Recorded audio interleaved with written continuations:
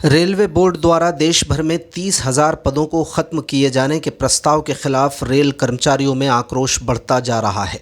इसके विरोध में पश्चिम मध्य रेलवे कर्मचारी परिषद के तत्वावधान में गुना रेलवे स्टेशन के वीआईपी गेट के पास एक दिवसीय धरना प्रदर्शन किया गया। इस दौरान कर्मचारियों ने रेलवे बोर्ड के इस फैसले को पूरी तरह श्रमिक विरोधी बताते हुए जमकर नारेबाजी की। प्रदर्शन के दौरान कर्मचारी परिषद ने रेलवे प्रशासन और बोर्ड के सामने 3 मांगें रखीं। इनमें रेलवे बोर्ड द्वारा 30,000 पदों को ख़त्म करने के प्रस्ताव को तत्काल प्रभाव से निरस्त करने, रेलवे में लंबे समय से खाली पड़े पदों पर अविलंब स्थायी भर्ती प्रक्रिया शुरू करने और रेल कर्मचारियों के लोकतांत्रिक अधिकारों और श्रमिक हितों के साथ किसी भी प्रकार का समझौता न करना शामिल है। धरना प्रदर्शन के दौरान मौजूद कर्मचारियों के हाथों में रेलवे बोर्ड के आदेश के विरोध में लिखे स्लोगन वाले पोस्टर और तख्तियाँ थीं। कर्मचारियों ने केंद्र सरकार और रेलवे बोर्ड की नीतियों के खिलाफ जमकर विरोध दर्ज कराया। वक्ताओं ने कहा कि एक तरफ रेलवे में काम का दबाव बढ़ता जा रहा है, वहीं दूसरी तरफ पदों को ख़त्म कर युवाओं के रोज़गार के अवसर छीने जा रहे हैं और मौजूदा स्टाफ पर बोझ बढ़ाया जा रहा है। इस विरोध प्रदर्शन और धरने का नेतृत्व मुख्य रूप से पश्चिम मध्य रेलवे कर्मचारी परिषद के अध्यक्ष सोनू जाटव और सचिव शिवदयाल पटेल ने किया। इनके साथ बड़ी तादाद में रेल कर्मचारी और संगठन के अन्य पदाधिकारी और सदस्य मौजूद थे, जिन्होंने इस लड़ाई को आगे भी जारी रखने का संकल्प लिया। भारत माता की जय, भारत माता की जय। देश के हित में करेंगे काम करेंगे, देश के हित में करेंगे काम करेंगे, देश के हित में करेंगे काम करेंगे। भारत माता की जय।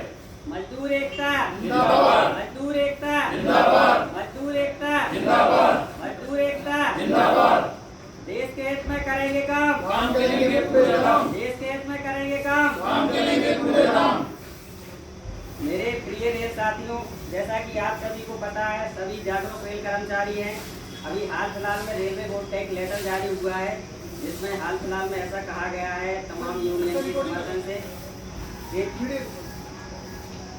30,000 पदों को सरेंडर किया जा रहा है। आप सभी ने देखा है कि इससे पहले भी बहुत सारी महत्वपूर्ण पदों को खत्म कर दिया गया रेलवे से, जैसे कि सफाई कर्मी की पोस्ट है, पार्सल पोर्टर की पोस्ट है और कैंटीन वगैरह है। टूरिज्म जो भी रेलवे के बहुत सारे डिपार्टमेंट खत्म करके पूरी तरह से प्राइवेटाइजेशन कर दिया है। कुछ लोग कहते हैं कि ये एजेंडा कांग्रेस का है, बीजेपी का है। हमारा किसी पार्टी से विशेष विरोध नहीं है। हमारे लिए जो देश में सरकार है वो हमारी सरकार है और हम उसके भाग हैं। लेकिन सरकार जब हमारा हक छीनेगी, मजदूरों का हक छीनेगी, काम करेगी, आम आदमी का शोषण होगा, उसमें हम सभी लोगों को एक साथ आके सरकार का विरोध करना होगा। और देश के हित में जो हमारी यूनियन है PMRKC, जो कि राष्ट्रीय स्तर पर संगठन है, BRMS और BMS, उसका एक नारा है कि देश के हित में करेंगे काम और काम के लेंगे पूरे दाम।